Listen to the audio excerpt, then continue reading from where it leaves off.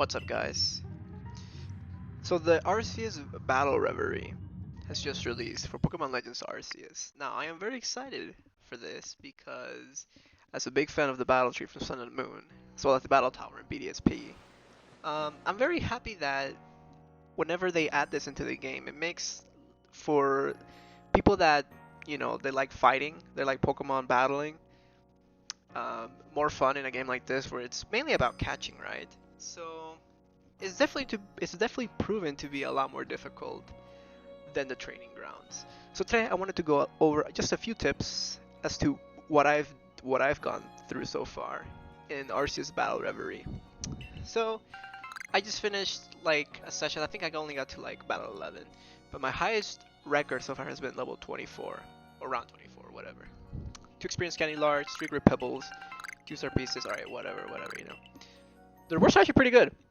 If you actually are able to get somewhat far, like not even that far. It's like level 20 is pretty common. I've heard some people having getting issues. And the cool thing is that at the very end of, if you defeat Arceus at the 50th battle, you do get a stamp.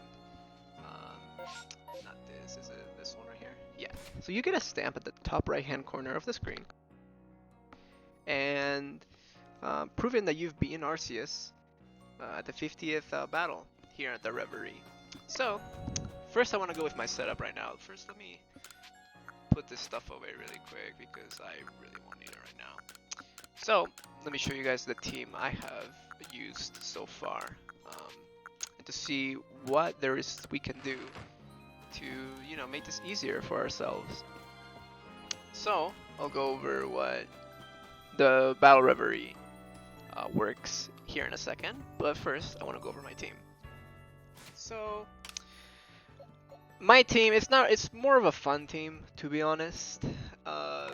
What's really important though, the main basics before going into the Reverie, you want to make sure your team is at least around the 80s. High 80s, even mid 80s is fine. You'll be facing level 80 Pokemon for the first 10 battles. Then I've noticed that in like around battles 20 to 30, you get level 90 Pokemon, and then so on. You get face level 100s after the 30, the 40s, and then you even fight legendaries as well. You have the option to not fight the legendaries as you climb up through the battles. Anyways, so starting off, I have my Decidueye. Now, what's really important, you want to make a balanced team. Like I said, my team is mainly for fun. My team is super weak to ice. As you can see, I have Decidueye, Braviary, Crobat, Ursaluna, all weak to ice. So my team is really weak to ice, right? So, obviously, at the Battle Reverie, I prefer not to battle ice-type Pokemon. I don't really have a lot of fire resistance either. The only guy that resists fire on my team is Magmortar. So you really need to look at your team's strength and weaknesses as to before you do the Battle Reverie. You need to recognize that. So make a balanced moveset right here. I got Decidueye being a physical attacker, I gave it physical type moves. So the two very important things is that make sure you're high level enough before you do the Battle Reverie. Sorry about that. And make sure that you EV train your Pokemon. Now with the Grit Rocks, the Grip Pebbles, stuff like that. So as you can see, I maxed out the HP stat on my Decidueye attack. I gave it the Mint, the Adamant Mint, so he can be a little bit more, hit harder. For my Braviary as well, I maxed him out with the rocks, my Magmortar, my Crobat. You get the idea, right? So how do you get the Grit Rocks and Grip Pebbles and all that? Especially a lot, because you'll need a lot, right? You just want to release Pokemon, Zizu at the training grounds also can trade you some. The mints, as you progress through the story, you'll get access to mints. You can farm them. Sadly, it's RNG based. Just gotta get lucky with the mints. And let's see, here it is. The Grit Dust, Grit Gravel. This is how you feed. So this is from level 1 to 3, 3 to 6, 6 to 9, and the highest is level 10. So that's how I got most of my Pokemon here on my team. Very high level, as you can see. Now my Pokemon are not level 100. Usually it's recommended that your Pokemon are level 100 because you'll be facing level 100 Pokemon, obviously. But you can definitely get to the 50th win without level 100 Pokemon. It'll probably be hard. You're also able to use legendaries. You can use Arceus, you can use Palkia, you can use Dialga. So if you want to use legendaries, go ahead and just do the same strategy basically. Just make sure all your Pokemon are fed with the Grit Rocks, and you should be fine. Also, natures help a lot as well. So if you have mints, like I said, or just got lucky with a nature, then that's pretty good. Okay, so with that out of the way, let's go ahead and go to the Battle Reverie. Current record is 24 victories, as you can see. I'll probably make a video, another video, once I reach 50 victories. I want to see if I can do it without Arceus on my team or any legendary, because you know that would be quite the achievement. It's pretty cool, man. I really like this that they added this because Legends Arceus really needed this. I was getting kind of tired with like just catching Pokemon looking for shinies. So, alright, he's gonna talk to you. Okay, so battle number 1, right? Okay, so my lead right now, I believe, is Decidueye. We can pick a challenge, right? What manner of challenge without face? Okay, so you get 3 options, right? Ghost type, Dragon type, Grass type. Now, obviously, you can pick here. You can, think of your team right now and say, who am I the strongest against? My team is really strong against grass types, so I'll go with the grass. Now, depending on which one you pick, you'll get either more points or less points. This one also gives 3 points. I'm pretty sure, does it? Okay, no, the dragon one gives 7 points. So usually early on, you usually want to take it easy. You don't want to take too much damage on your team. So we're just gonna go with grass. The key thing for this Reverie. Okay, now we got this guy right here. 4 times weak to ice, but I have no ice type attack, I just noticed on my team. At least I don't think so. I do have Crobat though. Torterra can't really touch my Crobat to Air Slash Strong Style. So you want to pick your opponent really carefully. You don't really want to take a lot of damage early on because healing here is very difficult. Once you heal twice, it becomes harder and harder to heal. So every time you defeat someone, you'll get points. You get 3 points, right? And like I said, depending on your opponent, you'll get more points. You know, the harder the opponent, the more points you get. So I got 3 points. You can change the lead Pokemon, which is, it can come in handy sometimes. The way the battle system works in this game is very different to the mainline games, where it calculates the speed whenever you switch out, or when you use strong style or agile style. I won't really go into detail about that. I'm sure there's plenty of videos about that out there regarding the battle system. So I've really haven't used this that much, unless you want to really take an advantage on a hard opponent. That will give you a lot of points. Restore HP. Now, every time you want to restore HP, the first time it requires 10 points. But every single time, let's say the second time you want to heal, it'll take 20 points. And so on and so on and so on. So it becomes really hard. So that's why it's really important to not take a lot of damage early on, because you'll definitely need it once you reach the 20s, the 30s, the 40s. Okay, so Restore PP, this one you're going to be using a lot as well. It requires 30 points. It's very expensive as well. So make sure that you're not using Agile Style if you don't need to, or Strong Style, because those take 2 PP away from you.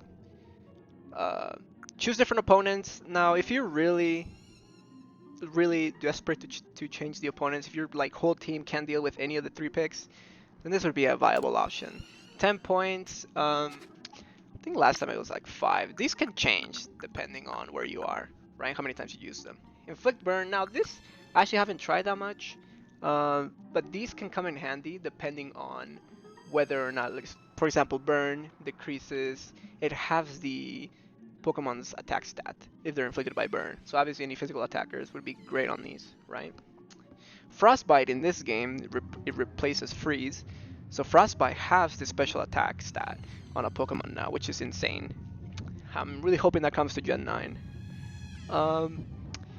And I think I also saw Paralysis. It's also available. Now, obviously the status effects are really good in Pokemon. You know, they're broken. Nobody likes to be inflicted by them. So if you really want to take the advantage on an opponent, definitely inflict a status. Now this one is very interesting because you know, if you really need the points to heal, then this is definitely a viable option. I've used this like once or twice. I've noticed that my Braviary is kind of kind of useless. Well, on my team, right? On my team, how my team is set up. I've seen Crobat do more worry. I'm not saying Braviary is useless. So I'm just gonna use it on Braviary because I haven't really used them much. And again, this is my team is not supposed to be like the greatest. I'm just having fun here for now. Until you know, until I can see which is the best strategy to get 50 wins. I really don't want to use legendaries. I want to see if I can get there without it. Just using my shinies, you know. Okay, so we're gonna go with, we got Space and Time, which I'm assuming that's Dialga and Palkia. So we're gonna face them. It's 24 points, which is like insane. Now, I could take this challenge, but early on losing a lot of HP is really not recommended, at least in my opinion. So we're gonna go with Strong Offense. I'm not really sure what this is. 12 points. Pokemon of the Lakes is obviously the Lake Pokemon, the trio. I don't know why I got like really hard challenges. That's kind of insane. Alright, let's go. Strong Offense. I don't know. This multiple? This might be. Alright, I got Cleaver. Now you really want to know like what a Pokemon's weak to, obviously, right? Got level 80 Cleaver. As I said, the first 10 levels would be mainly V level 80 type Pokemon. Or level 80 Pokemon, I'll say type. 20 to 30 will be level 90 and so on, you know, you get the idea. So what do I got for this guy? I only got Ursaluna for this guy. Now Ursaluna's a beast. He has 500 HP right now at like level 96, which is like insane. And he's very tanky. Definitely one of the best Pokemon to come out of this game. He's really strong. A lot of competitive players have agreed on this. Now, I'm pretty sure just regular Stone Edge will kill, except I miss because Stone Edge is ass. Oh no. See, sometimes that happens where you just miss, you're just unlucky because it's Pokemon. So. But yeah, so that's the main idea. Again, I took a lot of unnecessary damage there. Or someone to please land an attack. I was literally playing earlier, he was like landing all the Stone Edges, all like the play roughs. Now my guy can't even hit one Stone Edge. Finally, this should be dead. This Ursaluna is very, very strong. His attack stat is insane. So, you get the idea. Now, another thing that has helped me a lot is, if you don't even want to use the points to heal, sometimes you can just give your Pokemon like Roost, for example.